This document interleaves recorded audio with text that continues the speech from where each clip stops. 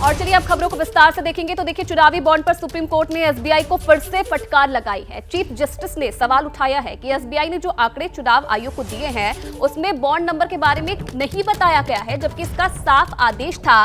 Supreme court ने SBI को notice जारी किया है। 18 मार्च को इस पूरे मामले में फिर से सुनवाई होनी है। बॉन्ड नंबर नहीं देने को लेकर सुप्रीम कोर्ट ने सवाल पूछे। इलेक्शन कमीशन को आंकड़े नहीं दिए गए, बॉन्ड नंबर की जानकारी क्यों नहीं दिए गए, ये तमाम सवाल सुप्रीम कोर्ट की तरफ से पूछे गए। बॉन्ड नंबर नहीं देने को लेकर सुप्रीम कोर्ट की तरफ से सवाल पूछे गए हैं और निपुण इस खबर पर और ज्यादा जानकारी हमें देंगे। निपुण, और क्या क्या हुआ सुनवाई के दौरान, जरा विस्तार से बताइए। जो बॉन्ड नंबर को लेकर सुप्रीम कोर्ट ने फटकार लगाई है एसबीआई को लेकर, क्या ये पूरा मामला? देखिए, सुप्रीम कोर्ट ने आदेश दिया था कि पूरा का पूरा ब्यौरा देना है, स्टेट बैंक को पूरा का पूरा ब्यौरा उपलब्ध कराना है चुनाव आयोग को, और चुनाव आयोग उसे प्रकाशित करेगा। इस बीच में स्टेट बैंक आया और उसने कहा कि हम आंकड़ों का मिलान नहीं कर पा रहे हैं क्योंकि वो दो अलग अलग जगह पे रखे हुए हैं। सुप्रीम कोर्ट ने कहा आंकड़ा जैसा है आपके पास वैसे दे दीजिए। स्टेट बैंक ने दे दिया और चुनाव आयोग ने उसे प्रकाशित कर दिया। लेकिन आज जब मामले की सुनवाई हुई तो चीफ जस्टिस ने यह सवाल उठाया कि हर बॉन्ड जो बेचा गया था, जिसे किसी कंपनी ने खरीदा था और बाद में राजनीतिक पार्टी को दिया था, उसका एक बॉन्ड नंबर होता है, यानी एक यूनिक नंबर होता है जिसके माध्यम से पहचान की जा सकती है।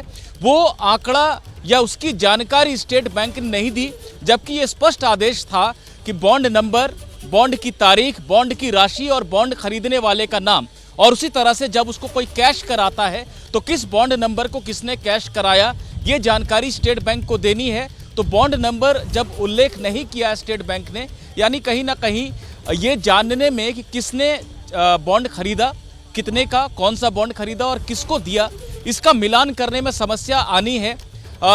सुप्रीम कोर्ट ने माना है कि हमारे स्पष्ट आदेश के बावजूद स्टेट बैंक ने बॉन्ड नंबर नहीं बताए चुनाव आयोग को, ये सही नहीं है और इस पर स्टेट बैंक से जवाब लेना जरूरी है। ऐसे में जवाब मांग लिया है सुप्रीम कोर्ट ने, नोटिस जारी किया और सोमवार को सुनवाई होगी। जी, अब ये तो बड़ी बात है निपुण की, जब साफ तौर पर आपको आदेश दे दिया गया था कि आपको बॉन्ड की जानकारी देनी है, नंबर की जानकारी देनी है, उसके बावजूद भी आपने वो सब चीजें शेयर नहीं की है, तो इसके जो सवाल सुप्रीम कोर्ट की तरफ से पूछे गए, जवाब में क्या एसबीआई की तरफ से कहा गया है कि क्यों आखिरकार जो बॉन्ड नंबर थे वो उपलब्ध नहीं करवाए गए जब साफ तौर पर आदेश दे दिए गए थे?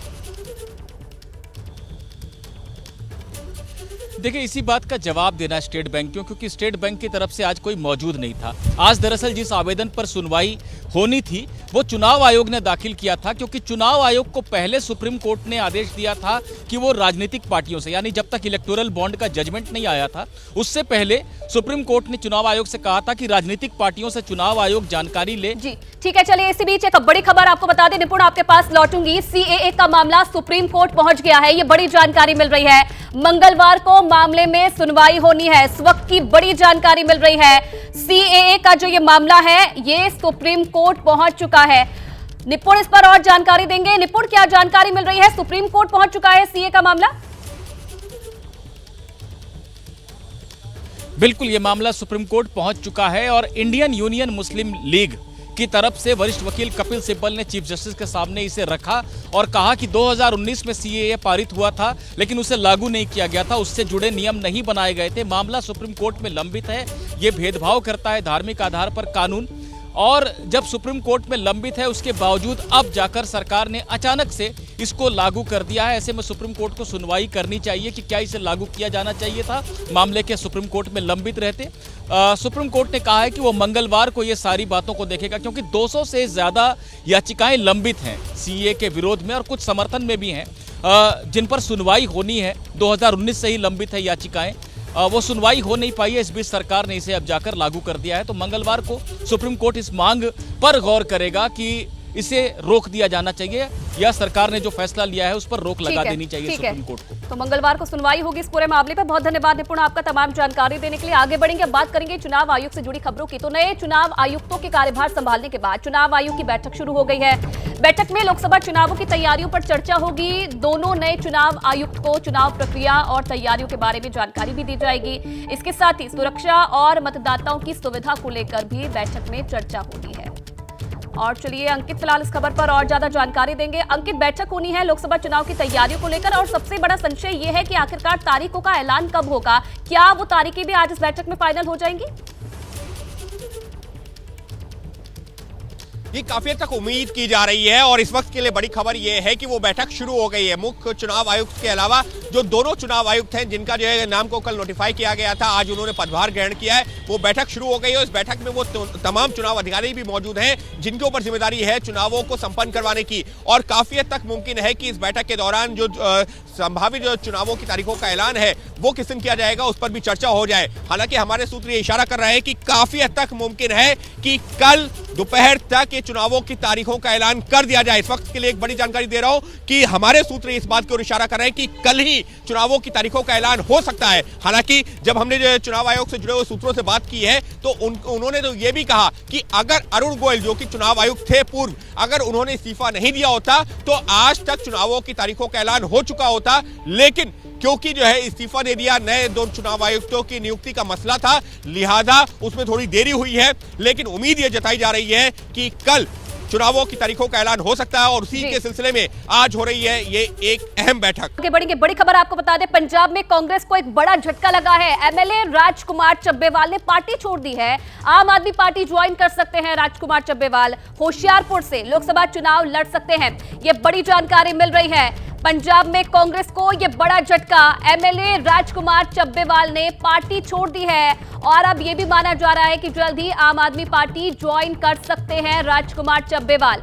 होशियारपुर से लोकसभा चुनाव लड़ सकते हैं। और सचिन फिलहाल इस खबर पर और ज्यादा जानकारी हमें देंगे, लाइव हमारे साथ जुड़े हैं। सचिन, क्या वजह बताई जा रही है पार्टी छोड़ने की? हाँ जी, देखिए राजकुमार चब्बेवाल जो हैं कांग्रेस के डिप्टी लीडर हैं पंजाब विधानसभा में। ये कांग्रेस के लिए बड़ा झटका है क्योंकि ये तीसरे प्रमुख नेता हैं। इससे पहले जो जालंधर के एमपी हैं आम आदमी पार्टी के अभी सुशील कुमार रिंकू, वो भी कांग्रेस के विधायक रहे हैं। और अभी कुछ दिन पहले ही बस्सी पठाना से जो विधायक रहे हैं गुरप्रीत सिंह, उनको जो है आम आदमी पार्टी में शामिल किया गया और टिकट भी दिया गया है। तो ये तीसरा झटका है डॉक्टर राजकुमार चब्बेवाल के रूप में कांग्रेस को जो लगा है, क्योंकि राजकुमार चब्बेवाल अब आम आदमी पार्टी के प्रत्याशी हो सकते हैं होशियारपुर लोकसभा क्षेत्र से। हालांकि जस्ट कुछ एक मिनटों की देरी है जब राजकुमार चब्बेवाल जो है उनकी फॉर्मल अनाउंसमेंट होएगी आम आदमी पार्टी में, इंडक्शन की उनकी। हम इस वक्त चीफ मिनिस्टर रेजिडेंस के बाहर खड़े हैं और यहाँ राजकुमार चब्बेवाल जो हैं सीएम रेजिडेंस के अंदर हैं। मुख्यमंत्री जो है यहाँ से चले गए हैं, भगवंत मान जो है यहाँ से चले गए हैं। जस्ट कुछ एक मिनटों का इंतज़ार हो रहा है जब डॉक्टर राजकुमार चब्बेवाल की अनाउंसमेंट फॉर्मल जो है वो होगी कि वो आम आदमी पार्टी में शामिल हो गए हैं, क्योंकि उन्होंने पहले ही बतौर विधायक जो है वो इस्तीफा दे दिया है। कांग्रेस पार्टी से जो है उन्होंने फॉर्मली रिज़ाइन कर दिया है। तो जस्ट मैटर ऑफ मिनट्स है कि जब डॉक्टर राजकुमार चब्बेवाल की घोषणा होगी आम आदमी पार्टी में शामिल होने की, और मोस्ट लाइकली वो होशियारपुर से लोकसभा चुनाव लड़ेंगे। और ये आम आदमी पार्टी की एक स्ट्रेटजी के तौर पे देखा जा रहा है। हालांकि विपक्षी पार्टियां ज़रूर जो हैं आम आदमी पार्टी से सवाल कर रही हैं कि आखिरकार आम आदमी पार्टी दूसरी पार्टियों से आए हुए लीडर्स जो हैं उनको प्रत्याशी बना रही है, कैबिनेट मंत्रियों को प्रत्याशी बना रही है।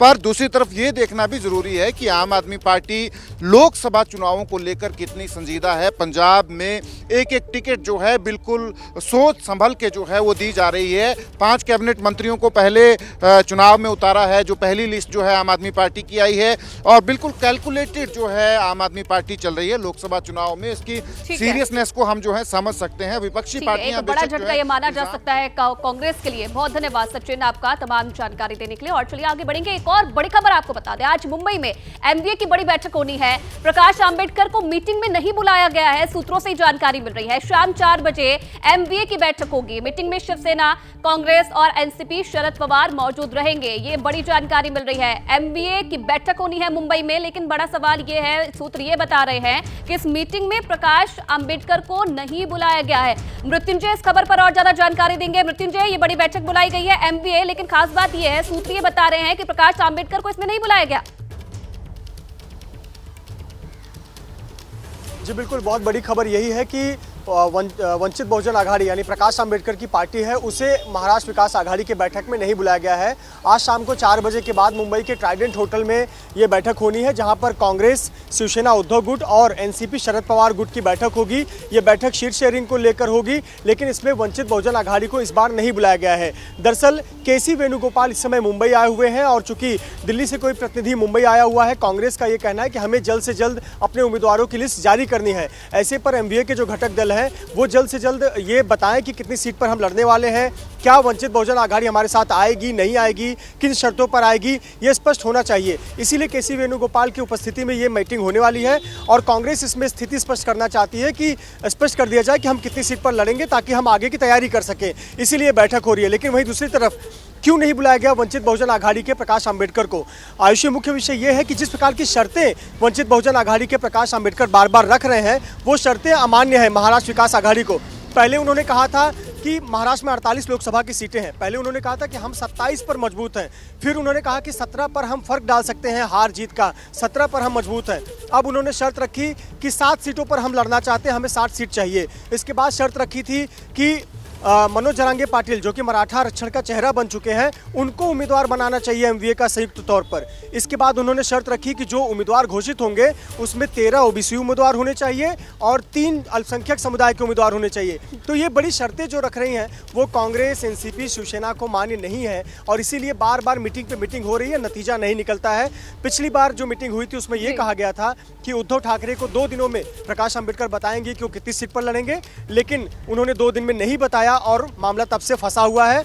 अब लेकिन वंचित बहुजन आघाड़ी को किनारे रखकर एमवीए आगे बढ़ रही है, ऐसा कुछ संकेत मिल रहा है। हालांकि आधिकारिक बयान इस पर आना अभी भी बाकी है। आगे बढ़ेंगे, बड़ी खबर आपको बता दें, दिल्ली में हिंदू शरणार्थियों का प्रदर्शन जारी है। राजनीतिक दलों के बयानबाजी से शरणार्थी नाराज हैं और आज भी सड़क पर उतरे हैं। आपको बता दें कि कल अरविंद केजरीवाल के आवास के बाहर भी उन्होंने जमकर प्रदर्शन किया था। आज भी जो हिंदू शरणार्थी हैं उनका प्रदर्शन लगातार जारी है। जिस तरीके से मुख्यमंत्री अरविंद केजरीवाल ने बयान दिया था उसे लेकर नाराजगी शरणार्थियों में देखी जा रही है। जैनेंद्र, कल से हम देख रहे हैं जो शरणार्थी है सड़कों पर उतरे हुए हैं, माफी मांगने की बात कर रहे हैं। जिस तरीके से बयानबाजी की गई थी अरविंद केजरीवाल की तरफ से सीए को लेकर, ठीक है, जाएंगे जैनेंद्र के पास, लेकिन उससे पहले आपको ये तस्वीरें हम दिखा रहे हैं। देखिए, हाथों में तिरंगा लेकर जो हिंदू शरणार्थी हैं जय श्री राम के नारे लगा रहे हैं। बड़ी संख्या में पुलिस बल भी वहां पर मौजूद है। कल सीएम आवास की तरफ जाने की कोशिश हिंदू शरणार्थियों की तरफ से की गई थी और आप देखिए इस वक्त किस तरीके का माहौल वहां पर हो गया है। जिस तरीके से राजनीतिक पार्टियों के द्वारा लगातार बयानबाजी की जा रही है सीएए को लेकर, उसे लेकर जो शरणार्थी हैं उनमें नाराजगी है। उनका कहना है कि ऐसी बयानबाजी नहीं होनी चाहिए और माफी मांगनी चाहिए। जिस तरीके से बयान उन्हें लेकर दिए जा रहे हैं और इसीलिए जो तमाम शरणार्थी हैं बड़ी संख्या में वो दिल्ली की सड़कों पर उतरे हुए हैं। ये तस्वीरें आप देखिए, पुलिस जो है मौके पर मौजूद है, सुरक्षा कर्मी मौके पर मौजूद हैं। जैनेंद्र, क्या चल रहा है फिलहाल वहां पे? अभी तस्वीरें हम देख रहे हैं, कल से सड़कों पर उतरे हुए हैं शरणार्थी, अभी क्या चल रहा है फिलहाल?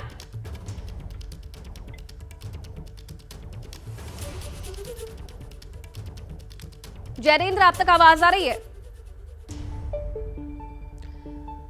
चलिए, लगता है तकनीकी खामी की वजह से जैनेंद्र तक आवाज नहीं पहुंच पा रही है। जुड़ने की कोशिश करेंगे और लेकिन ये तस्वीरें भी हम आपको लगातार दिखा रहे हैं। देखिए, हाथों में तख्तियां लेकर, झंडे लेकर जो शरणार्थी है अपने छोटे छोटे बच्चों के साथ मौके पर मौजूद है। जैनेंद्र, क्या आप मुझे सुन पा रहे हैं? जी, बिल्कुल आपकी आवाज आ रही है। जैनेंद्र, तस्वीरें हम देख रहे हैं, बड़ी संख्या में पुलिस बल भी मौके पर मौजूद है, शरणार्थी भी सड़कों पर उतरे हैं, क्या चल रहा है फिलहाल?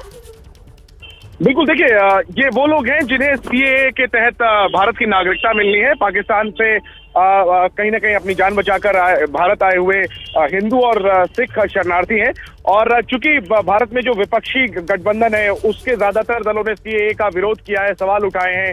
तमिलनाडु और केरल की सरकारों ने तो कहा है कि वो सीएए को लागू नहीं करेंगे। तो इंडिया गठबंधन के घटक दलों के रवैये के खिलाफ ये सब लोग प्रदर्शन कर रहे हैं।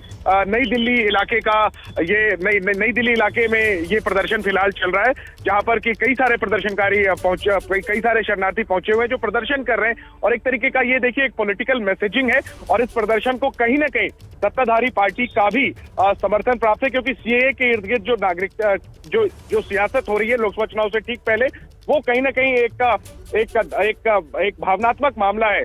और इसी वजह से एक वर्ग समर्थन कर रहा है, एक वर्ग विरोध कर रहा है, और इन सब के बीच जो वो तबका जिसे सीएए का फायदा होगा, यानी पाकिस्तान से आए हुए हिंदू और सिख शरणार्थी, वो लोग जो है, एक दिन पहले हमने देखा था ये इन लोगों ने दिल्ली के मुख्यमंत्री अरविंद केजरीवाल के घर के बाहर प्रदर्शन किया, और आज फिलहाल ये लोग नई दिल्ली इलाके में मानसिंह रोड पर स्थित है जैसलमेर हाउस, उसके पास से इकट्ठे होकर के कांग्रेस का जो दफ्तर है अकबर रोड पर, उसकी तरफ बढ़ते हुए ये लोग गए। हालांकि इन सबको रोका जा रहा है और ये विरोध प्रदर्शन कर रहे हैं इंडिया गठबंधन की पार्टीज, खासतौर पे कांग्रेस पार्टी के खिलाफ, और इनका कहना है कि ये सीएए के खिलाफ जो रुख है कांग्रेस या विपक्षी दलों का, ये ठीक नहीं है। जी, कल भी हमने देखा था बड़ी संख्या में जो शरणार्थी थे वो ये मांग कर रहे थे कि अरविंद केजरीवाल उनसे माफी मांगे, जिस तरीके से सीएए पर बयान दिया था। लेकिन कल ही हमने वापस से मुख्यमंत्री का बयान सुना जिनमें उन्होंने शरणार्थियों पर ही सवाल उठाए थे। उनका कहना था किसानों को तो रोका जा रहा है, लेकिन जो शरणार्थी प्रदर्शन कर रहे हैं उन्हें नहीं रोका जा रहा है। ये भी सोची समझी साजिश के तहत किया जा रहा है। देखिए, बिल्कुल सीए को लेकर के राजनीति हो रही है, और बल्कि आम आदमी पार्टी तो ये कह रही है कि वो वर्ग जो नागरिकता मांग रहा है वो इस देश की जो राष्ट्रीय पार्टी है और उसके जो मुखिया हैं उनके खिलाफ प्रदर्शन कर रहा है। तो आम आदमी पार्टी सवाल उठा रही है इन शरणार्थियों को नागरिकता देने के मामले पर, चूंकि बड़े पैमाने पर इन्हें नागरिकता मिलनी है, और चूंकि वो विरोध कर रहे हैं, तो अब ये खुल करके आमना सामना आम आदमी पार्टी का और इन शरणार्थियों के बीच में हो रहा है।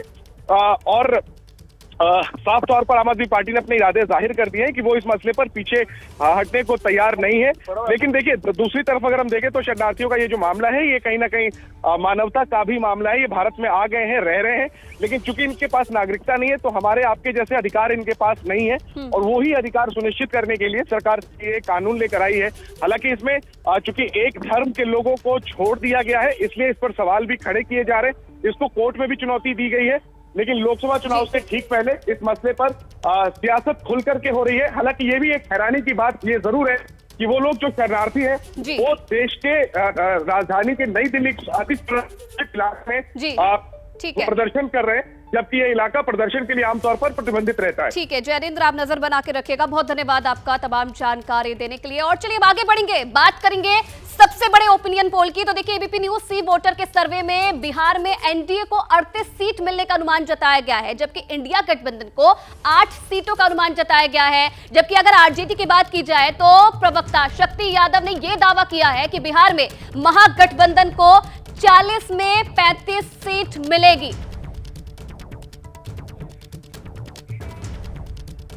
हमारे साथ आरजेडी के मुख्य प्रवक्ता और पार्टी के सीनियर लीडर शक्ति सिंह यादव हैं। सर, एबीपी न्यूज़ और सी वोटर का सर्वे हुआ है लोकसभा चुनाव को लेकर। बिहार में लोकसभा की 40 सीटें हैं, 32 सीटें एनडीए के खाते में जा सकती हैं, 8 सीटों पर महागठबंधन की जीत हो सकती है, ऐसा सर्वे में दिखाया जा रहा है। देखिए, सी वोटर का सर्वे आया है। मैं किसी भी सर्वे करने वाले पर कोई सवाल नहीं खड़ा करना चाहता, न उनके पात्र पर न उनके तरीका पर। एक बात साफ है, मुद्दा बनाम मोदी लड़ाई इस देश में है। बिहार का नेतृत्व तेजस्वी जी कर रहे हैं, महागठबंधन का। मतदाताओं का रुझान ही नहीं, विश्वास तेजस्वी जी के पक्ष में।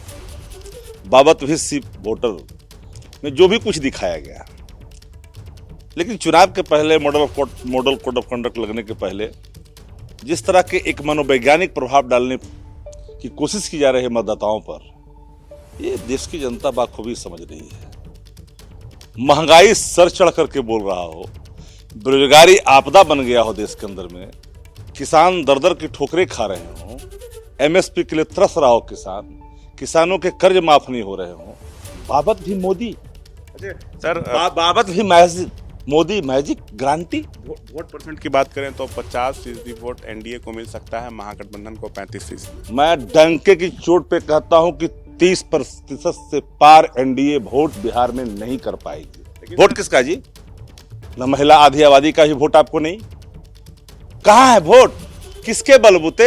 आप लोग अपने समीकरण का विस्तार कर रहे थे, ऐसी तो कहे कि हमारी पार्टी सिर्फ एमवाई की ही नहीं, बाप की भी पार्टी है, बहुजन, अगड़ा, आधी आबादी, पुअर, जातीय समीकरण बना रहे हैं। लेकिन सर, बीजेपी तो कह रही थी कि सभी 40 सीट जीतेंगे, लेकिन इस दावे की तो हवा निकलती दिख रही है सर्वे के अनुसार। भारतीय जनता पार्टी को जितनी कसरत करनी है नीतीश जी के साथ मिलकर कर ले।